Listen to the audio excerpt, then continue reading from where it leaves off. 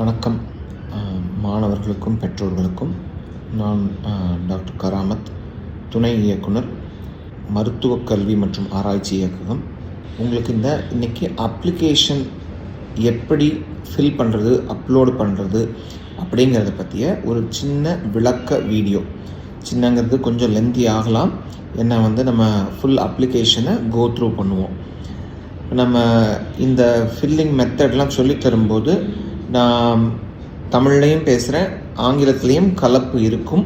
So எல்லாருக்கும் ஹெல்ப்ஃபுல்லாக இருக்கும் அப்படிங்கிறதுக்காக இந்த ஒரு சின்ன முயற்சி.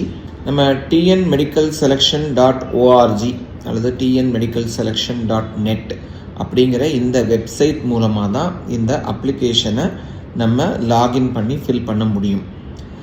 இந்த அப்ளிகேஷன் பார்க்குறதுக்கு முன்னாடி 2 விஷயங்கள் கிளியர் பண்ணிட விரும்புகிறேன். இப்போ இந்த வீடியோ ஸ்டூடெண்ட்ஸ்க்கு, பேரண்ட்ஸ்க்கு ஹெல்ப்ஃபுல்லாக இருக்கணும் அப்படிங்கிறதுக்காக போடப்பட்டது தானே தவிர, இதுதான் ஃபைனல் டாக்குமெண்ட், இதுதான் இதில் உள்ளது தான், நான் பேசுகிறது தான் ரூலிங்னு கிடையாது. நான் பேசும்போது ஏதாவது மைனர் மிஸ்டேக்ஸ் நடக்கலாம். ஸோ அதனால் என்ன பண்ணணும், ஸ்டூடெண்ட்ஸ் ப்ராஸ்பெக்டஸ் அப்படின்னு தகவல் தொகுப்பேடு அப்படின்னு நம்ம வெளியிடுறோம் இல்லையா, அது ஒரு அரசு ஆணை. ஸோ அது இதே tnmedicalselection.orgங்கிற வெப்சைட்லேயே இருக்கும். இந்த ப்ராஸ்பெக்டஸில் இருக்கிறது தான் ஃபைனல், அதுதான் கரெக்டானது. இது நம்ம ஈஸி அண்டர்ஸ்டாண்டிங்காக எப்படி அப்ளிகேஷன் ஃபில் பண்ணும் அப்படிங்கிறத பார்த்துடலாம். இப்போ உங்கள் வீடியோவில் தெரிகிற மாதிரி இப்போ இந்த சைட்டை திறந்த உடனே இப்போ கவர்மெண்ட் கோட்டா, மேனேஜ்மெண்ட் கோட்டா அப்படின்னு 2 காலம் இருக்குது. நம்ம கவர்மெண்ட் கோட்டா அப்படிங்கிறத நான் கிளிக் பண்ணி உள்ளே போயிருக்கேன். Click here for new registration அப்படின்னு இருந்தது இல்லையா, அந்த இடத்துல நம்ம புதுசாக ரெஜிஸ்டர் பண்ணணும். ரெஜிஸ்டர் பண்ணும்போது இந்த மாதிரி என்னென்ன விஷயங்கள் படித்து பார்க்கணும் அப்படிங்கிறது பாருங்கள். நான் முழுசாக படித்து பார்த்துட்டு கீழே நான் படிச்சுட்டேன் அப்படிங்கிறத ஒத்துக்கிட்டு அந்த செக் மார்க்கை கிளிக் பண்ண பிறகு அதுக்குள்ளே போகிறேன். இப்போ நம்ம பேசிக் டீட்டெயில்ஸ் கொடுக்குறோம். இந்த பேசிக் டீட்டெயில்ஸில் நம்ம எந்த குவாலிஃபையிங் எக்ஸாமினேஷன், நம்ம +2 ஸ்டேட் போர்டு ஹையர் செகண்டரி ஸ்ட்ரீமில் படித்தோமா அல்லது சிபிஎஸ்சியில் படித்தோமா, ஸோ அந்த தகவல்கள் இருக்குது. அடுத்தது டேட் ஆஃப் பர்த் இருக்குது, குவாலிஃபையிங் இயர் அப்படின்னு இருக்குது. அப்படின்னா என்ன விஷயம், இப்போ நம்ம குவாலிஃபையிங் எக்ஸாமினேஷன் இருக்குது இல்லையா, அதாவது +2 நம்ம இந்த வருஷம் முடித்தோமா, சென்ற வருடம் முடித்தோமா, 2024 நான் முடித்தேன் அப்படின்னு இந்த குவாலிஃபையிங் இயர் இருக்குது. நம்மளோட higher secondary examination, higher secondary அல்லது சிபிஎஸ்சினா சிபிஎஸ்சி, அதோட ரெஜிஸ்ட்ரேஷன் நம்பர் இருக்குது. இதெல்லாம் ரொம்ப கவனமாக இந்த இடத்துல நம்ம பார்த்து ஃபில் பண்ணணும். இதற்கு பிறகு பார்த்திங்கன்னா இந்த இஎம்ஐஎஸ் ஐடிங்கிறது நம்ம தமிழ்நாட்டில் படிச்சிருந்தோம்னா எல்லாருக்குமே இருக்குது. அந்த இஎம்ஐஎஸ் ஐடியை கவனமாக இந்த இடத்துல ஃபில் பண்ணோம்.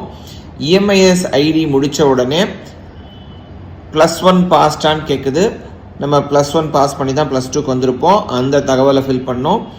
லாகின் ஐடி அப்படின்னு கேட்குது. இந்த லாகின் ஐடி அப்படிங்கிறது தான் நீங்கள் தமிழ்நாடு மெடிக்கல் செலெக்ஷன் கமிட்டி வெப்சைட்டுக்குள்ளே லாகின் செய்கிறதுக்கான, உட்புகிறதுக்கான அந்த பாஸ்வேர்டு பின்னாடி வரும். இதுதான் லாகின் ஐடி. ஸோ இதை மறக்கக்கூடாது, இதை யுனிக்காக உருவாக்கி, ஸோ இந்த இடத்துல இந்த லாகின் ஐடி போட்டுருங்க. லாகின் ஐடிக்கு பிறகு மொபைல் நம்பர். இந்த மொபைல் நம்பர், இமெயில் அட்ரஸும் ரொம்ப ரொம்ப ரொம்ப முக்கியமான விஷயம். இந்த மொபைல் நம்பர், இமெயில் அட்ரஸில் தான் உங்களுக்கான இப்போது நீங்கள் அப்ளிகேஷன் போடும்போது ஓடிபிஸ் வரும். அக்கௌண்ட் நம்பர் கொடுத்து பே பண்ணும்போது அதற்கான ஓடிபி வரும். நீங்கள் கவுன்சிலிங் ஸ்டேஜில் மறுபடியும் லாகின் பண்ணுறதுக்கு இதில் தான் ஓடிபி வரும். அதனால் இந்த மொபைல் நம்பர், ஸ்டூடெண்ட்டோட மொபைல் நம்பர், ஸ்டூடெண்ட்டுக்கு தனியாக மொபைல் இல்லைன்னா அவங்க பேரண்ட்டோட பொறுப்பான நபரோட மொபைல் நம்பர், யாராவது ஒரு ரேண்டம் பர்சன், அல்லது நம்ம போய் ஒரு ப்ரௌசிங் சென்டரில் ஃபில் பண்ணுறோன்னா அந்த அவங்களோட நம்பர், அந்த மாதிரிலாம் ஃபில் பண்ணாமல் நம்ம யூஸ் பண்ணுற ரெகுலரான mobile number, user ID create பண்ணுறதுக்காக கொடுத்துடணும். இப்போது மொபைல் நம்பர், இமெயில் ஐடி கொடுத்த பிறகு பார்த்திங்கன்னா பாஸ்வேர்டு க்ரியேட் பண்ண சொல்லும். ஸோ இதற்கான இந்த வெப்சைட்டுக்கு லாகின் பண்ணுறதுக்கான யுனிக் ஐடி, ஸோ ஐடி கொடுத்துட்டோம். இப்போ பாஸ்வேர்டு கொடுக்கணும். ஸோ பாஸ்வேர்டு கொடுத்த பிறகு பேர் என்ட்ரு பண்ணோம். இது நம்மளோட மார்க் ஷீட்டில் இருக்கிற மாதிரியான கரெக்டான ஸ்பெல்லிங் மிஸ்டேக் இல்லாத பேராக இருக்கணும். ஏன்னா இந்த பேர் தான் நமக்கு அலாட்மெண்ட் ஆர்டர் டவுன்லோட் ஆகிற வரைக்கும், நம்ம காலேஜில் பதிவாகிற வரைக்கும் வரும்.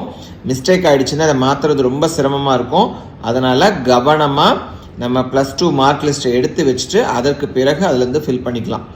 பொதுவாகவே மாணவர்களுக்கு நான் என்ன சொல்லுவேன்னா, வெப்சைட்டுக்குள்ளே ஒரு முறை போய் பார்த்துட்டு அதற்கு பிறகு என்னென்ன டாக்குமெண்ட் வேணும்னு ப்ராஸ்பெக்டஸில் போட்டிருக்கோ அந்த டாக்குமெண்ட் எல்லாத்தையும் கையில் வச்சுக்கிட்டு, ஃபிசிக்கல் காப்பீஸை கையில் வச்சுட்டு கூட இந்த டாக்குமெண்ட் எல்லாத்தையும் ஸ்கேன் பண்ணி PDF ஃபார்மேட்டில், ஃபோட்டோஸ் எல்லாம் JPG ஃபார்மேட்லையும், டாக்குமெண்ட்ஸ் எல்லாம் நம்ம சர்டிஃபிகேட்ஸ் எல்லாத்தையும் PDF ஃபார்மேட்லையும் ஸ்கேன் பண்ணி நம்ம கம்ப்யூட்டரில், இப்போ நம்ம கம்ப்யூட்டரில் தான் பதிவு பண்ணுறோம் அப்படின்னா அந்த கம்ப்யூட்டர்லேயே ஒரு ஃபோல்டரில் பெயர் போட்டு, இப்போ உதாரணத்துக்கு கம்யூனிட்டி சர்டிஃபிகேட்னா கம்யூனிட்டி சர்டிஃபிகேட், நேட்டிவிட்டி சர்டிஃபிகேட்னா நேட்டிவிட்டி சர்டிஃபிகேட் அப்படின்னு பெயரிட்டு ரீநேம் பண்ணி எல்லாத்தையும் ஒரு ஃபோல்டரில் சேவ் பண்ணிவிட்டு அதற்கு பிறகு அப்ளிகேஷன் ப்ராசஸ் ஸ்டார்ட் பண்ணோம்னா கொஞ்சம் ஈஸியாக இருக்கும். இப்போ இந்த பேசிக் டீட்டெயில்ஸ் கொடுத்த உடனே பார்த்தீங்கன்னா நமக்கு அந்த இப்போ நம்ம மொபைல் நம்பர் கொடுத்தோம் இல்லையா, அதில் ஒரு OTP வரும்.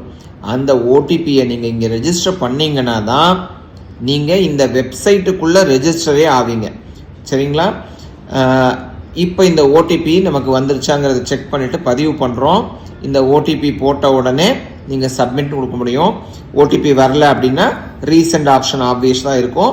ரீசெண்ட் பண்ணி மறுபடியும் OTP வந்த பிறகு நம்ம உள்ளே சப்மிட் பண்ணி ரெஜிஸ்டர் ஆகிடுவோம்.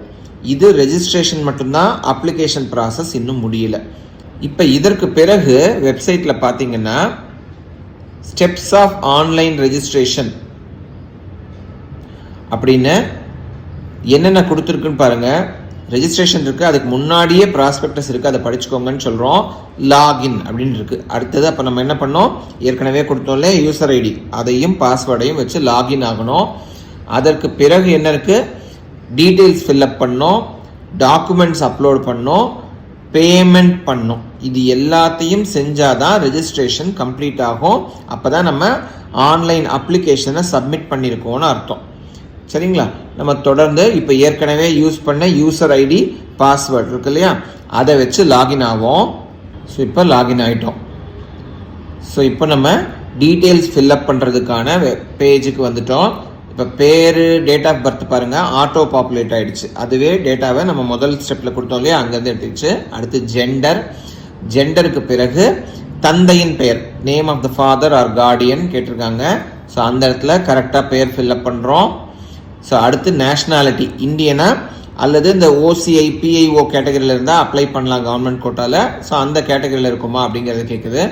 அதுக்கு அடுத்தது நேட்டிவிட்டி, தமிழ்நாடு நேட்டிவாக சேர்ந்தவர்களா அல்லது வேறு மாநிலத்தை சேர்ந்தவர்களா அப்படிங்கிறத தமிழ்நாடு குறிக்கிறோம். Nativity, religion, name of the mother, community. இப்போ கம்யூனிட்டியில் நம்ம வந்து BCயா, MBCயா, SCயா, SCAவா, STயாங்கிறது கொடுத்துட்டோம்னா அதற்கு பிறகு அந்த பக்கத்தில் உள்ள ஃபீல்டில் நம்மளோட குறிப்பிட்ட உட்பிரிவு என்ன, கம்யூனிட்டியில் உட்பிரிவு என்ன அப்படிங்கிறத கேட்கும். ஸோ இப்போ நீங்கள் BC ஓப்பன் பண்ணிங்கன்னா BCயோட உட்பிரிவுகள் ஓப்பன் ஆகும். MBCயை கிளிக் பண்ணோம்னா MBCயோட உட்பிரிவுகள் ஆகும். நான் இங்கே வந்து ஒரு டீட்டெயில் கொடுத்துட்டு உள்ளே போகிறேன். ஸோ இப்போ அடுத்தது பார்த்தீங்கன்னா பிளேஸ் ஆஃப் பர்த் அப்படின்னு கேட்கும். எந்த மாநிலத்தில் நீங்கள் பிறந்தீர்கள். நேட்டிவிட்டி, நீங்கள் தமிழ்நாட்டை சேர்ந்தவராக இருந்தோம், கர்நாடகாவில் பிறந்திருந்தீங்கன்னா பிறப்புக்கான இடம்னா இந்த இடத்துல கொடுக்கலாம், தப்பு இல்லை. நேட்டிவிட்டி, நீங்கள் எந்த ஊரை சேர்ந்தவர், நேட்டிவிட்டிங்கிறதும் பர்த் பிளேஸும் ஒன்றும் கிடையாது. அடுத்து Aadhaar number. So Aadhaar number, சரியான ஆதார் நம்பரை இங்கே வந்து என்டர் பண்ணோம். பிளட் குரூப் கேட்டிருக்கோம், பிளட் குரூப் என்டர் பண்ணுங்க. இப்போ இந்த இடத்துல candidates name as in Aadhaar அப்படின்னு கேட்குறோம். இது ஆதார் வெரிஃபிகேஷனுக்காக. ஸோ இப்போ ஆதாரில் என்ன பேர் இருக்கோ அது, ஒருவேளை +2 மார்க் லிஸ்ட்டில் இருக்கிறது வேறு பேராக இருந்தால் இங்கே இந்த இடத்துல ஆதாரில் இருக்கிற பேரை என்டர் பண்ணுங்கள். இதுக்கு அடுத்தது கம்யூனிட்டி சர்டிஃபிகேட்டோட இன்ஃபர்மேஷன். நம்ம குறிப்பாக நமக்கு சலுகை வேணும்னா, அதாவது கம்யூனிட்டி பேஸ்டு ரிசர்வேஷன் வேணும்னா இந்த கம்யூனிட்டி சர்டிஃபிகேட் இன்ஃபர்மேஷனை கரெக்டாக ஃபில் பண்ணுறது ரொம்ப முக்கியம். ஸோ கரெக்டாக நம்ம அந்த நம்பர், எந்த இடத்துலேருந்து இஷ்யூ செய்யப்பட்டது, இஷ்யூயிங் அத்தாரிட்டி யார், ஸோ இப்போ நம்ம RDOவா, தாசில்தாரா, யார் இஷ்யூ பண்ணாங்க, கம்யூனிட்டி சர்டிஃபிகேட்டோட நம்பர் என்ன, ஸோ டேட் ஆஃப் இஷ்யூ என்ன, இது எல்லாத்தையும் அதில் என்டர் பண்ணோம்னா நம்ம இந்த டீட்டெயில்ஸ் கம்ப்ளீட் பண்ணிட்டோம். இதற்கு அடுத்து அட்ரஸ் டீட்டெயில்ஸ். அட்ரஸில் 2 அட்ரஸ் கேட்டிருக்காங்க. கம்யூனிகேஷன் அட்ரஸ், நமக்கு ஏதாவது ஒரு வகையில் தேவைப்பட்டால், பொதுவாக எந்த இண்டிவிஜுவல் பர்சனல் கம்யூனிகேஷனும் தமிழ்நாடு மெடிக்கல் செலெக்ஷன் கமிட்டிலேருந்து வராது. எல்லாமே வெப்சைட் மூலமாக தான் நடக்கும். ஆனாலும் அட்ரஸ் எது அப்படிங்கிறது நம்மளோட இப்போ கம்யூனிகேட் பண்ணணும்னா எந்த அட்ரஸ்ஸு, நம்மளோட பெர்மனன்ட் அட்ரஸ் எது, ரெண்டையுமே ஒன்று ஃபில் பண்ணிவிட்டு இன்னொன்றுக்கு வந்து கிளிக் பண்ணிங்கனாலே அது ஆட்டோ பாப்புலேட் ஆகி இதே அட்ரஸில் தான் ரெண்டுமே எனக்கு ஒன்று தான்னா அதை ஃபில் பண்ணிக்கலாம். அதில் ஒன்றும் சிரமம் கிடையாது. ஸோ அடுத்தது ஸ்பெஷல் கேட்டகரி இன்ஃபர்மேஷன். ஸோ நம்ம வந்து இந்த ஏதாவது ஸ்பெஷல் கேட்டகரிஸில் வர்றோமா, அதாவது ஸ்போர்ட்ஸ் அதில் உள்ளவங்களா, மாற்றுத்திறனாளிகளா, அல்லது எக்ஸ் சர்வீஸ்மென் முன்னாள் இராணுவத்தினர் கேட்டகரியில் வரோமா, அல்லது இந்த ஐஆர்டி எனப்படும் ரோட் டிரான்ஸ்போர்ட் கார்பரேஷனை சேர்ந்தவர்களா, இந்த இன்ஃபர்மேஷன் கொடுத்துட்டு சேவ் அண்ட் ப்ரொசீட் கொடுத்து அடுத்த ஸ்டெப்புக்கு போகிறோம். இந்த சேவ் அண்ட் ப்ரொசீட் கொடுக்கறதுக்கான காரணம் என்னென்னா, இந்த ஒரு ஸ்டெப்லையும் உள்ள இன்ஃபர்மேஷனை நீங்கள் திரும்ப ரீஃபீட் பண்ண தேவையில்லை. ஒருவேளை நடுவில் வந்து ஏதாவது கட் ஆகிடுச்சு, இன்டர்நெட் கட் ஆகிடுச்சுன்னா இந்த இன்ஃபர்மேஷன் சேவ் ஆகிடும். அதற்காக இந்த ஸ்டெப்புகள் இருக்குது. இதற்கு பிறகு பார்த்தோம்னா நம்ம 6th +2 வரைக்கும் படித்ததுக்கான இன்ஃபர்மேஷன். ஸோ இப்போ நம்ம வந்து கவர்மெண்ட் ஸ்கூலில் படித்தோமா இல்லையா அப்படிங்கிறது முக்கியமாக இங்கே கொடுக்கணும். 7% சிறப்பு இடஒதுக்கீடு அரசு பள்ளி மாணவர்களுக்கு இருக்கிறதுனால அந்த மாணவர்கள் ஃபில் பண்ணும்போது இங்கே அரசு பள்ளியில் படித்தாங்களா, அரசு பள்ளியில் படிக்கலைன்னா நோ அப்படிங்கிறத கிளிக் பண்ணோம். சரியா? இது பல பேர் வந்து தவறாக ஃபில் பண்ணிடுறோம். அரசு பள்ளியில் படித்தோம் அப்படின்னு ஃபில் பண்ணாதான் அந்த 7% இடஒதுக்கீடுக்கு உள்ளே வர முடியும். ஸோ அதனால் 7% இடஒதுக்கீடை பொறுத்த வரைக்கும் நம்ம பார்த்தீங்கன்னா இந்த வருஷம் போன வருஷம் முடித்த எல்லா அரசு பள்ளி மாணவர்களுக்கும் அந்த இஎம்ஐஎஸ்ல வச்சே டேட்டா எடுத்துக்கலாம். சியூஓ சர்டிஃபிகேட் தேவையில்லை. அதனால் குறிப்பாக அந்த இஎம்ஐஎஸ் ஐடி கரெக்டாக ஃபில் பண்ணோம். அதே மாதிரி ஸ்கூல் இன்ஃபர்மேஷன் பண்ணும்போது 6வதுலேருந்து ஒவ்வொரு வருடமும் எந்த ஸ்கூலில் படிச்சீங்க இன்ஃபர்மேஷன் பண்ணோம். ரொம்ப டைப் பண்ணணும்னு அவசியம் இல்லை. நீங்கள் 6வது படிச்சுட்டு அதே ஸ்கூலில் தான் 12வது வரைக்கும் படிச்சிங்கன்னா அந்த மேலே உள்ள கிளிக் மார்க்கை கிளிக் பண்ணிங்கனாலே போதும். அது வந்து அதே ஸ்கூல்லையே எல்லா வருஷமும் படித்தோன்னு எடுத்துக்கும். அதற்கு பிறகு நமக்கு பார்த்தீங்கன்னா எந்த டைப் ஆஃப் ஸ்கூல் அப்படின்னு இருக்கும். ஸோ இந்த டைப் ஆஃப் ஸ்கூலில் முக்கியமாக கரெக்டாக ஃபில் பண்ணுங்கள். அது கவர்மெண்ட் ஸ்கூலாக இருக்கலாம், எய்டட் ஸ்கூலாக இருக்கலாம், சிபிஎஸ்சி ஸ்கூலாக இருக்கலாம், கார்பரேஷன் ஸ்கூலாக இருக்கலாம். சரியா? இந்த மாதிரி ஸ்பெஷல் ஸ்கூல்ஸ் நிறைய இருக்கு இல்லையா, அதெல்லாம் இருக்கலாம். அதற்கான எல்லா காலமும் இருக்குது. அது இல்லாமல் இதில் எதுலேயுமே உங்கள் ஸ்கூல் ஃபிட் ஆகாதுன்னா அதர்ஸ்னு ஒரு காலமும் இருக்குது. அதை நீங்கள் ஃபில் பண்ணலாம். அதற்கு பிறகு ஆர்டிஇ, அதாவது ரைட் டு எஜுகேஷனில் நம்ம வர்றோமா, அதாவது கல்வி உரிமை சட்டத்தின் கீழே நம்ம வந்து தனியார் பள்ளிகளில் படித்தாலும், ஆனால் கல்வி உரிமை சட்டத்தின் கீழே படிச்சிருந்தா நம்ம வந்து இந்த 7.5% ஒதுக்கீட்டுக்கு நம்ம தகுதி பெற்றவர்களாகும். அதனால இந்த ஆர்டிஇ 6, 7, 8 படித்து அதற்கு பிறகு அரசு பள்ளிகளில் படித்தீங்களா அப்படிங்கிறதுக்கான கேள்வி. இல்லை சார் நான் வந்து பிரைவேட் ஸ்கூலில் தான் படித்தேன்னா அந்த ஆர்டிஇயில் நோ அப்படின்னு கொடுத்துடலாம். அதற்கு பிறகு எந்த மாவட்டம் அப்படிங்கிறதும் நீங்கள் மாவட்டத்தை ஃபில் பண்ணிங்கனாலே வந்து ஸ்டேட், இப்போ நீங்கள் ஸ்டேட் போர்டில் தான் படித்தோம் அப்படின்னு கொடுத்துட்டோம்னா தமிழ்நாடுங்கிறது ஆட்டோ பாப்புலேட் ஆகிடும். இதை நீங்கள் கரெக்டாக பார்த்து இந்த பேஜை ஃபில் பண்ணிவிட்டு இந்த ஸ்கூல் இன்ஃபர்மேஷன் முடிஞ்ச உடனே அடுத்த ஸ்டெப் முடிஞ்சு சேவ் அண்ட் ப்ரொசீட் கொடுத்துடலாம். இதற்கு அடுத்த பேஜில் நீட்டுக்கான டீட்டெயில்ஸ் கேட்டிருக்கோம். ஸோ நீட்டில் ரோல் நம்பர் என்ன அப்படிங்கிறத முதல்ல கொடுத்துடணும். அதுக்கு அடுத்தது நீட் அப்ளிகேஷன் நம்பர், ரோல் நம்பருங்கிறது வேற, நீட் அப்ளிகேஷன் நம்பருங்கிறது வேற. அது ரெண்டையும் ஃபில் பண்ணோம். எத்தனை முறை நீங்கள் நீட்டுக்கு அப்பியர் ஆகிருக்கீங்க, இதுதான் ஃபஸ்ட் டைம் அப்பியர் ஆகிறோன்னா ஃபஸ்ட் அட்டெம்ப்ட் கொடுக்கலாம். இல்லை நான் 2024 அப்பியர் ஆனேன், இது 2வது முறைன்னா செகண்ட் அட்டெம்ப்ட் அப்படின்னு கொடுப்போம். ஸோ அதுக்கப்புறம் எந்த மாநிலத்தில் நீங்கள் நீட் எழுதுனீங்க அப்படிங்கிற டீட்டெயில்ஸ் கொடுக்கணும். அதுக்கப்புறம் கோச்சிங், ஏதாவது நீட்டுக்கு ஸ்பெஷல் கோச்சிங் நீங்கள் போனீங்களா அப்படிங்கிறதையும், கோச்சிங் போயிருந்தால் அது எந்த சென்டரில், அது அரசாங்கத்தால் உருவாக்கப்பட்ட ஏதாவது கோச்சிங்கா இல்லை தனியார் மூலமாக கோச்சிங் போனீங்களாங்கிற தகவலை நம்ம இங்கே ஃபில் பண்ணுறோம். நீட்டுக்கு பிறகு அகாடமிக் இன்ஃபர்மேஷன் அப்படின்னு நம்ம சொல்கிறோம். அதாவது நம்ம +2 படித்தோம் இல்லையா, அது சம்மந்தமான இன்ஃபர்மேஷனு. ஸோ நம்ம +2 மார்க்கு அதையெல்லாம் ஃபில் பண்ண வேண்டியிருக்கும். ஸோ ஏற்கனவே சொன்ன மாதிரி குவாலிஃபைங் எக்ஸாமினேஷன் முதல் பேஜில் என்ன கொடுத்தோமோ அது இங்கே ஃபில் ஆகிடும். ஹையர் செகண்டரினா ஹையர் செகண்டரி, சிபிஎஸ்சினா சிபிஎஸ்சி. நிறைய பேருக்கு வந்து ஹெச்எஸ்சினா என்ன அப்படிங்கிறதுல டவுட் இருக்குது. ஹெச்எஸ்சினா ஸ்டேட் போர்டு ஹையர் செகண்டரியில் படித்தவங்க ஹெச்எஸ்சின்னு ஃபில் பண்ணுவாங்க. சிபிஎஸ்சியில் முடிச்சிருந்தீங்கன்னா சிபிஎஸ்சின்னு ஃபில் பண்ணுவீங்க. நம்ம முதல்ல ரெஜிஸ்ட்ரேஷன் அப்பயே இந்த டாக்குமெண்ட் கேட்டிருந்தோம். இதுக்கு அடுத்து ஹையர் செகண்டரி.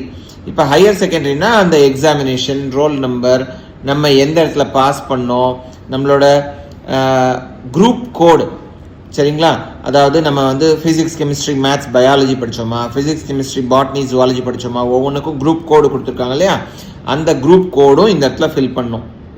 இந்த குரூப் கோடை ஃபில் பண்ண பிறகு நம்மளோட சப்ஜெக்ட்ஸ் பாப்புலேட் ஆகிடும். அந்த குரூப்புக்கு ஏற்ற மாதிரி சப்ஜெக்ட்ஸ் இருக்கும். ஸோ இப்போது இந்த இடத்துல சப்ஜெக்ட்ஸில் நம்ம இங்கிலீஷ், ஃபிசிக்ஸ் கெமிஸ்ட்ரி பயாலஜி, அது தவிர வேறு என்ன படிச்சிருந்தோமோ அந்த சப்ஜெக்ட்ஸில் நம்மளோட ரெஜிஸ்ட்ரேஷன் நம்பர், மார்க்ஸு, நம்ம எக்ஸாம் எப்போ அப்பியர் ஆனோம், எந்த வருடம், அதற்கான மொத்த மதிப்பெண் எவ்வளோ, நம்ம எடுத்த மதிப்பெண் எவ்வளோ. சார் அகெயின் வந்து இத்தனை இடத்துல எப்படி சார் ஃபில் பண்ணிட்டே இருக்கணும், ரொம்ப காம்ப்ளிகேட்டடாக இருக்குது. இல்லை, ஒன்றும் இல்லை, ஒரே தடவை தான். இப்போ 2025 அப்பியர் ஆகி எல்லா எக்ஸாமும் அப்போ தான் எழுதணும்னா ஒன்று கிளிக் பண்ணிவிட்டு அந்த மேலே உள்ள கிளிக் பாக்ஸை, செக் பாக்ஸை கிளிக் பண்ணிங்கன்னா அது அந்த வருஷத்துக்கான ரெஜிஸ்ட்ரேஷன் நம்பரு, மந்த்து, இயர் எல்லாம் பாப்புலேட் ஆகிடும். நீங்கள் டோட்டல் மார்க்ஸும் நீங்கள் எவ்வளோ மார்க்ஸ் எடுத்தீங்கிற டீட்டெயிலும் ஃபில் பண்ணால் போதும். இது நம்மளோட அகாடமிக் இன்ஃபர்மேஷன். இது முடிஞ்ச உடனே அகெயின் ஒரு முறை சேவ் அண்ட் ப்ரொசீட்னு கொடுத்துட்டா இந்த வரைக்கும் உள்ள எல்லா இன்ஃபர்மேஷனும் ஸ்டோர் ஆகிடும். ஒருவேளை நம்ம நடுவில் லாக் அவுட் பண்ணிட்டு லாக் ஆன் பண்ணோம்னாலும் இது வரைக்கும் உள்ள இன்ஃபர்மேஷன் நம்ம திரும்ப உள்ளீடு செய்ய தேவையில்லை, அது எல்லாமே அதுலேயே கரெக்டாக இருக்கும். இப்போ நம்ம ஏதாவது ஒரு தகவல் தவறாக கொடுத்துருந்தோம்னா, இப்போ அப்ளிகேஷன் நம்பர் ஹெச்எஸ்சியில் 12 டிஜிட் நம்பர். ஸோ நம்ம இப்போ நான் வந்து 10 டிஜிட் நம்பர் கொடுத்துருக்கேன் அப்படின்னா அது வந்து தவறு அப்படின்னு காமிச்சிரும். நம்ம அந்த இடத்துல போயிடணும். இதற்கு அடுத்தது அடிஷ்னல் இன்ஃபர்மேஷன் கேட்குறோம். இங்கே வந்து மதர் டங், தங்களோட தாய்மொழி என்ன, நம்மளோட நேட்டிவ் என்ன, நம்ம எங்கே வசிக்கிறோமோ அது வந்து வில்லேஜ் பஞ்சாயத்தா, டவுன் பஞ்சாயத்தா, மாநகராட்சியா அப்படிங்கிறத கேட்குறோம். அப்புறம் எந்த மீடியம் ஆஃப் இன்ஸ்ட்ரக்ஷன், நம்ம தமிழ் மீடியம் படித்தோமா, ஆங்கில மீடியம் படித்தோமா, வேறு ஏதாவது மொழி பயிற்று மொழியாக படித்தோமா அப்படிங்கிறத கேட்குறோம். அடுத்தது ஸ்கூலோட சிவிக் ஏரியா அப்படின்னா என்ன அர்த்தம், நீங்கள் படித்த ஸ்கூல் வந்து வில்லேஜ் பஞ்சாயத்தில் இருந்துச்சா, டவுன் பஞ்சாயத்தில் இருந்ததா. முதல்ல நம்ம வசிப்பிடம் எங்கே இருந்தது, அடுத்தது நம்ம ஸ்கூல். நிறைய பேர் வில்லேஜில் படிப்போம், ஆனால் பக்கத்தில் உள்ள ஒரு டவுன் பஞ்சாயத்தில் போயிட்டு ஸ்கூலில் படிச்சிருப்போம். ஸோ அந்த இன்ஃபர்மேஷனை வந்து கரெக்டாக கொடுக்கணும். அதுக்கப்புறம் பேரண்ட்ஸ் ஆக்குபேஷன், எந்த நேட்டிவ் டிஸ்ட்ரிக்ட், நமக்கு ஆனுவல் இன்கம் ஆஃப் பேரண்ட் என்னன்னு கேட்குறோம். இந்த இடத்துல பார்த்தீங்கன்னா நம்ம மேனேஜ்மெண்ட் கோட்டாக்கும் அப்ளை பண்ண வேண்டும் அப்படின்னு விரும்பணும்னா கவர்மெண்ட் கோட்டாக்கும் போடுறோம், மேனேஜ்மெண்ட் கோட்டாக்கும் போடுறோம். ஏதாவது ஒன்றுக்கு தனியாக போடுறோம்னா முதல்லையே நம்ம கிளிக்கில் செலக்ட் பண்ணிக்கலாம். ஆனால் கவர்மெண்ட்டில் போடுறேன் சார், ஆனால் மேனேஜ்மெண்ட்டுக்கும் நான் அப்ளை பண்ணுறேன்னா இங்கே நீங்கள் கிளிக் பண்ணிங்கன்னா உங்களோட இந்த டீட்டெயில்ஸ் எல்லாம் திரும்ப கேட்காம, ஏன்னா இன்னொரு முறை போடுறோம் அந்த இடத்துல ஏதாவது தவறு பண்ணிவிடுவோங்கிறதுனால திரும்ப கேட்காம இதை அப்படியே அந்த டேட்டாவை எடுத்துக்கும். மேனேஜ்மெண்ட்னு கொடுத்தீங்கன்னா நீங்கள் இந்த 3 விஷயங்களை சொல்ல வேண்டியிருக்கும்.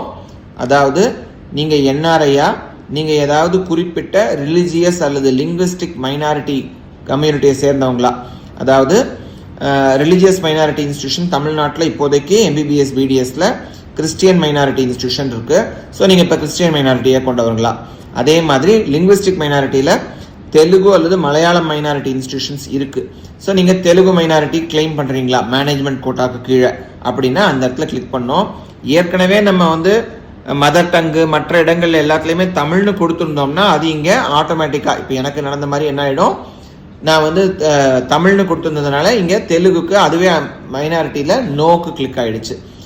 இதற்கு அடுத்து இந்த ஸ்டெப்பை சேவ் அண்ட் ப்ரொசீட் பண்ணிட்டு அடுத்த ஸ்டெப் போனோம்னா ரீஃபண்ட் பேங்க் டீட்டெயில்ஸ்னு கேட்கும். என்ன சார் இது இங்கே என்ன சார் பேங்க் டீட்டெயிலு, நாங்கள் இன்னும் பணமே கட்டலையே. இந்த பேங்க் டீட்டெயில் நீங்கள் கட்ட போகிற பணத்துக்காக மட்டும் இல்லை, செக்யூரிட்டி டெபாசிட் எனப்படும் காப்பீட்டு தொகை. நம்ம வந்து ப்ரைவேட் காலேஜில் கவர்மெண்ட் கோட்டா சீட்ஸ் போடணுன்னாலோ அல்லது ப்ரைவேட் காலேஜில் மேனேஜ்மெண்ட் கோட்டா சீட்ஸ் போடணுன்னாலோ அதற்கான சாய்ஸ் போடணும். அந்த சீட்டுக்கும் நான் வந்து கம்பீட் பண்ணோம், அந்த சீட்டுக்கும் நான் அப்ளை பண்ணுறேன் அப்படின்னா நீங்கள் பின்னாடி கவுன்சிலிங் அப்போ செக்யூரிட்டி டெபாசிட்னு ஒன்று கட்ட வேண்டியிருக்கும். இப்போ நம்ம போடுறது அப்ளிகேஷன் ஸ்டேஜு. இந்த அப்ளிகேஷனுக்கு பிறகு கவுன்சிலிங் ஆரம்பிக்கும் இல்லையா, அந்த டைமில் செக்யூரிட்டி டெபாசிட்னு கட்ட வேண்டியிருக்கும். இந்த செக்யூரிட்டி டெபாசிட்டுங்கிறது யாரும் சீட்டை விட்டுட்டு போகக்கூடாது. நான் செலக்ட் பண்ணி ஒரு சாய்ஸ் போட்டுட்டு அது பிறகு விட்டுட்டு போனோம்னா நமக்கு பின்னாடி உள்ள மாணவர்களுக்கு அதனால் பாதிப்பு, சீட் பிளாக்கிங் அப்படின்னு சொல்கிறோம். சுப்ரீம் கோர்ட்டே இது ரொம்ப கடுமையாக கண்டிக்குது, இந்த மாதிரி செய்யக்கூடாது அப்படின்னு. அதனால் நம்ம அந்த சீட் ஜாயின் பண்ண போகிறது இல்லைன்னா அதற்காக நம்ம அப்ளை பண்ணக்கூடாதுங்கிறத தடுக்கிறதுக்காகத்தான். ஸோ அந்த செக்யூரிட்டி டெபாசிட்டு நீங்கள் ஒருவேளை உங்களுக்கு எல்லா கவுன்சிலிங் ப்ராசஸும் முடிஞ்சதுக்கு பிறகு மாணவர்களுக்கே திரும்ப வந்துடும். நம்ம வந்து சில குறிப்பிட்ட ரூல்ஸை ஃபாலோ பண்ணலன்னா, நம்ம சீட் அலாட் ஆகிட்டு நம்ம போய் ஜாயின் பண்ணாமல் 3வது ரவுண்ட்லேருந்து விட்டோம்னா நம்ம செக்யூரிட்டி டெபாசிட் 4 ஃபீட் ஆகிடும். சரியா, நீங்கள் இழக்க நேரிடும். அப்படி இல்லாமல் இல்லை சார் நான் ரூல்ஸ் எல்லாம் கரெக்டாக தான் ஃபாலோ பண்ணியிருந்தேன்னா இந்த செக்யூரிட்டி டெபாசிட் நமக்கு திரும்ப வந்துடும். அந்த செக்யூரிட்டி டெபாசிட் எந்த அக்கௌண்ட்டுக்கு உங்களுக்கு திரும்ப வரணுமோ அந்த அக்கௌண்ட் டீட்டெயில்ஸ் கேட்டிருக்கோம். நிறைய பேருக்கு எந்த அக்கௌண்ட்டில் அனுப்புகிறோமோ அந்த அக்கௌண்ட்டில் தானே திரும்ப கொடுத்துட்டா சரிதானே அப்படின்னு தோணும். நம்ம எல்லா மாணவர்களையும் கருத்தில் கொள்ளணும். நிறைய பேர் கிராமப்புறத்தில் இருக்காங்க, நிறைய பேர் மாணவர்கள் அவங்கவுங்க பேரில் அக்கௌண்ட்டுகள் இல்லை, ஆனால் அவங்க எல்லாமும் அப்ளை பண்ணுறாங்க. அப்படி செய்யும்போது அவங்க பிறரோட உதவியை நாடி அவங்க அக்கௌண்ட் மூலமாலாம் அனுப்பும்போது அந்த அக்கௌண்ட்டுக்கு திரும்ப போயிடக்கூடாதுங்கிறதுக்காக நம்ம இங்கே உங்களுக்கு எந்த அக்கௌண்ட்டுக்கு இந்த ரீஃபண்ட் தேவை அப்படிங்கிறத இங்கே கேட்குறோம். இந்த அக்கௌண்ட்டுக்கு தான் நம்ம வந்து ஒருவேளை டியூஷன் ஃபீயே கட்டுறோம், ஆனால் அது திரும்ப வர வேண்டிய இருக்குது ஒரு காரணத்தினால அப்படின்னா அந்த எல்லாமே இந்த ரீஃபண்ட்ஸ் எல்லாமே இந்த வழியாக தான் நடக்கும். அதனால் கவனமாக நம்ம இந்த ரீஃபண்ட் அக்கௌண்ட் டீட்டெயில்ஸ் கொடுக்கணும். ஸோ இது நம்ம பேரில் அக்கௌண்ட் இருந்தால் அதுவோ அல்லது நம்ம பெற்றோர் பேரில் அக்கௌண்ட் இருந்தால் அந்த அக்கௌண்ட் டீட்டெயில்ஸ் தான் கொடுக்கணும். அக்கௌண்ட் நம்பர், ஐஎஃப்எஸ்சி கோடு, எந்த பேங்க் பிரான்ச்சு, இது எல்லாத்தையும் ரொம்ப தெளிவாக கரெக்டாக தவறு இல்லாமல் ஃபில் பண்ணோம். ஏன்னா இதில் தவறுகள் இருந்தால் இந்த ரீஃபண்ட் ப்ராசஸ் நடக்கிறதுக்கு பிரச்சனையாகும். இதையெல்லாம் இந்த அக்கௌண்ட் டீட்டெயில்ஸ்லாம் என்டர் பண்ண பிறகு இந்த இடத்துல மறுபடியும் ஒரு தடவை ஜெனரேட் ஓடிபின்னு கொடுத்தீங்கன்னா ஓடிபி அங்கே உங்களோட ரெஜிஸ்டர்ட் மொபைல் நம்பருக்கு வரும். அந்த ஓடிபியை தான் நீங்கள் ஃபில் பண்ணணும். இதை ஏன் இங்கே கொடுத்துருக்கோம், வேறு யாராவது அக்கௌண்ட்டை கொடுத்து அவங்களுக்கு பணம் இதை திரும்ப போயிடக்கூடாதுங்கிறதுக்காக தான் இந்த இடத்துல ஒரு ஓடிபி. இந்த ஓடிபி எதற்காக, சேஃப்டிக்காக. இங்கே மட்டும் இல்லை, நம்ம கவுன்சிலிங்லேயும் நம்மளோட சாய்ஸ் போட்ட பிறகு ஒரு தடவை ஓடிபி வரும். ஏன் இதெல்லாம் ஏன் நம்ம செய்கிறோம் அப்படின்னா, ஸோ மாணவர் அவங்களுக்கு தேவையான நம்பருக்கு தான் போகணுமே தவிர தெரியாமல் மற்ற ஏதாவது அக்கௌண்ட் போட்டேன் சார், அவங்க மொபைல் நம்பர் கொடுத்துக்கிட்டாங்க, அவங்களுக்கே ஓடிபி வந்துருச்சு அப்படிங்கிறதுக்காக இல்லாமல் இருக்கணுங்கிறதுக்காகத்தான் ஒவ்வொரு ஸ்டேஜ்லையும் ஓடிபி. அதனால் உங்கள் மொபைல் நம்பரை கொடுங்க, அந்த ஓடிபி வந்ததுக்கப்புறம் இந்த ஓடிபி என்ன பர்பஸ்க்காக அப்படிங்கிறத கேட்டு அந்த ஓடிபியை அங்கே ஃபில் பண்ணுங்கள். ஸோ நம்ம யாராவது வேறு நபர்களின் உதவியை நாடுறோம்னா கூட ரொம்ப சுலபமான முறை தான். கம்ப்யூட்டர், ஒரு இன்டர்நெட் கனெக்ஷன் இருந்தால் பண்ணிடலாம். மொபைலில் பண்ணுறத பொதுவாக நாங்கள் என்கரேஜ் பண்ணுறதில்ல. பண்ண முடியும்னாலும் ஏதாவது இந்த டாக்குமெண்ட் அப்லோட் பண்ணுறதுலாம் பிரச்சனைகள் வரலாம். அதனால் டெஸ்க்டாப், ஒரு லேப்டாப்போ அல்லது ஒரு பர்சனல் கம்ப்யூட்டரோ அல்லது ப்ரௌசிங் சென்டர் போனோம்னா கூட நம்ம உட்காந்து அந்த சென்டரில் கம்ப்யூட்டர் மூலமாக நம்ம இன்டர்நெட் கலெக்ஷன் வச்சு இதை செஞ்சிட முடியும். இந்த ஸ்டேஜுக்கு அடுத்தது நம்ம அப்லோடிங் ஆஃப் டாக்குமெண்ட்ஸ், நம்ம கூட சர்டிஃபிகேட்ஸ்லாம் இருக்கு இல்லையா, அதெல்லாம் அப்லோடு பண்ணுறதுக்கான அடுத்த கட்டம். இங்கே வந்து பார்த்திங்கன்னா நம்மளோட ஃபோட்டோ, தம்ப் இம்ப்ரெஷன், நம்மளோட பெருவிரல் ரேகைக்கான பதிவு, சிக்னேச்சர், இது எல்லாமே இங்கே தான் நம்ம பண்ணுவோம். அதனால் இதையும் என்ன செய்துக்கணும்னா, நம்ம நீட்டில் எந்த ஃபோட்டோ அப்லோட் பண்ணோமோ அதே ஃபோட்டோவோட passport size, post card size, நம்ம ரெண்டுமே அங்கே நீட்டில் கொடுத்துருப்போம். அதே மாதிரி அதே ஃபோட்டோவை இங்கேயும் எடுத்து வச்சுக்கணும். அதே மாதிரி சைன் பண்ணி அதையும் ஃபோட்டோவாக்கி வச்சுக்கணும், ஸ்கேன் பண்ணி. பெருவிரல் கைரேகை வச்சு அதையும் ஸ்கேன் பண்ணி நம்ம ஃபோட்டோவாக வச்சுக்கணும். இந்த 4 ஃபோட்டோவாகவும் ஜேபிஜி ஃபைல்னு சொல்லுவாங்க இல்லையா, ஜேபிஇஜி அல்லது ஜேபிஜி, ஸோ அந்த ஃபார்மேட்லையும் மற்ற சர்டிஃபிகேட்ஸ் எல்லாத்தையும் ஸ்கேன் பண்ணி பிடிஎஃப் ஃபார்மேட்லையும் பொதுவாக இதை நம்ம வச்சுக்கணும். ஸோ பாஸ்போர்ட் சைஸ் ஃபோட்டோக்கு 50லேருந்து 100 KB அப்படின்னு கொடுத்துருப்பாங்க. ஸோ நம்ம ஃபோட்டோகிராஃபர் மூலமாக எடுத்தோம் அப்படின்னா அது வந்து பெரிய ஃபைலாக இருக்கும். ஸோ இதை வந்து நம்ம இன்டர்நெட்டில் போனீங்கனாலே இந்த ஃபைலை சுருக்கிறதுக்கான நிறைய வெப்சைட்ஸ் இருக்குது. நம்ம இமேஜ் ரீசைஸ், பிடிஎஃப் ரீசைஸ் அப்படின்னு போட்டு நீங்கள் கூகுள் சர்ச் பண்ணிங்கன்னா நிறைய சைட் வரும். இதில் வந்து நம்ம அந்த ஃபோட்டோவை, உதாரணத்துக்கு என்னோட ஃபோட்டோ 3 MB இருக்குது அப்படின்னா அதை இந்த மாதிரி ரீசைஸ் சைட்டில் போயிட்டு அதை சுருக்கி நம்ம 70 KB 90 KB ஆக்கிக்கலாம். நம்ம அதெல்லாம் ஏற்கனவே செஞ்சு வச்சுருந்தோம்னா இன்னும் ஈஸி. அதை நம்ம அப்லோட் பண்ணுறதுக்கு, நம்ம நீட்டில் அப்லோட் பண்ணுறதுக்கும் இந்த மாதிரி தான் நம்ம சைஸ் சுருக்க வேண்டி இருந்திருக்கோம். இங்கேயும் அதே தான். நீட்டில் ஏற்கனவே செஞ்சு வச்சுருக்கீங்கன்னா அதெல்லாம் ஒரு ஃபோல்டரில் போட்டு வச்சுட்டு அப்ளிகேஷன் ஸ்டார்ட் பண்ணுங்கள். ப்ராசஸ் ஈஸியாக இருக்கும். இதில் இந்த ஃபோட்டோஸ் 4 விஷயங்கள் சொன்னேன். Passport size photo, post card size photo, நம்மளோட மாணவரோட கையெழுத்து, மாணவரோட இடதுகை பெருவிரல் கைரேகை, சரியா? ஸோ இதெல்லாம் அப்லோட் பண்ண பிறகு டாக்குமெண்ட்ஸ்க்கு போகிறோம். இந்த டாக்குமெண்ட்ஸை பொறுத்த வரைக்கும் பார்த்தீங்கன்னா நம்ம கீழே கொடுத்துருக்கிற எல்லா டாக்குமெண்ட்டும் 1 by 1 பிடிஎஃப்ல அப்லோட் பண்ணோம். 100% அப்லோடட். இந்த சைடில் வந்து பார்த்தீங்கன்னா click here to view the PDF அப்படின்னு வரும். அப்படின்னா தான் நம்மளது அப்லோட் ஆயிடுச்சுன்னு அர்த்தம். எல்லாத்தையும் பொறுமையாக செஞ்சுட்டு அதற்கு பிறகு நம்ம நெக்ஸ்ட் அப்படிங்கிற இந்த காலம் போனோம்னா நெக்ஸ்ட் அப்படிங்கிறதுக்கு நீங்கள் செய்ததெல்லாம் சரியா இல்லை நீங்கள் அப்ளிகேஷனை சரி பார்க்கணுமா அப்படின்னு கேட்கும். எல்லா அப்ளிகேஷனில் எல்லா விஷயங்களும் நம்ம ஃபில் பண்ணிட்டோம்னா நெக்ஸ்ட் அப்படிங்கிற இந்த க்ரீன் பட்டனை நம்ம கிளிக் பண்ணலாம். ஏதாவது ஒரு சர்டிஃபிகேட்டை நம்ம அப்லோடு பண்ணுறதை மிஸ் பண்ணிட்டோம்னா அது அங்கேயே மேலே blank வந்துடும், நெக்ஸ்ட் பேஜுக்கு போகாது. அந்த சர்டிஃபிகேட்டை மேண்டேட்ரியான அந்த சர்டிஃபிகேட்டை அப்லோட் பண்ண பிறகு தான் நெக்ஸ்ட்டுக்கு போகும். நெக்ஸ்ட்டு போன பிறகு இந்த பேஜ் ரொம்ப முக்கியம். நம்ம அப்ளிகேஷனை இப்போ இவ்வளோ நேரம் இந்த காலமாக ஃபில் பண்ணோம் இல்லையா, இதைத்தான் நம்ம அப்ளிகேஷன் காலமாக ஃபில் பண்ணியிருக்கோம். இதுதான் நம்மளோட அப்ளிகேஷன் ஃபார்ம். இதை இந்த ஸ்டேஜில் வேணும்னா நீங்கள் டவுன்லோட் பண்ணி பிரிண்ட் அவுட் எடுத்து 1க்கு 2 முறை கூட பார்த்துக்கலாம். இங்கே மேலே பார்த்தீங்கன்னா டவுன்லோட் ஆப்ஷன் இருக்கும். அல்லது இந்த ஸ்டேஜில் உங்களுக்கு டவுட்டாக இருக்குது அப்படின்னா எடிட் போயிட்டு முன்னாடி பார்த்த 5 தனித்தனி இன்ஃபர்மேஷன்ஸ் இருந்துச்சு இல்லையா, அது எல்லாத்தையுமே மறுபடியும் போயிட்டு எடிட் பண்ண முடியும். 5 இன்ஃபர்மேஷன் அந்த டாக்குமெண்ட்ஸ் 6 இது எல்லாத்தையுமே செக் பண்ண முடியும். செக் பண்ணிவிட்டு நான் எல்லாமே சாட்டிஸ்ஃபைடு கரெக்டாக தான் இருக்குது அப்படின்னா ஒரு காப்பி நமக்காக டவுன்லோடு பண்ணி சேவ் பண்ணி வச்சுக்கோங்க. இங்கே பாருங்கள், டவுன்லோட் பண்ணி சேவ் பண்ணி வச்சுக்கோங்க. கீழே இருக்கிற இந்த செக் பாக்ஸை படித்து பாருங்கள். நான் கொடுத்தது எல்லாத்தையும் உண்மைதான், இதுக்கு நான் தான் பொறுப்பு அப்படிங்கிறத நீங்கள் ஒத்துக்கிறீங்க. ஏன்னா இதில் ஃபேக் டாக்குமெண்ட் கொடுத்தோம்னா நமக்கு பனிஷ்மெண்ட்ஸ் தண்டனை இருக்குங்கிறத உணரணும். லீகலாக சட்ட நடவடிக்கையே நடக்கும்.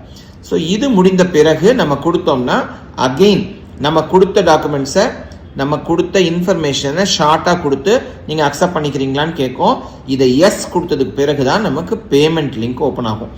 பேமெண்ட் லிங்க் போனோம்னா அப்ளிகேஷன் காஸ்ட்டுங்கிறது 500 ரூபாய்.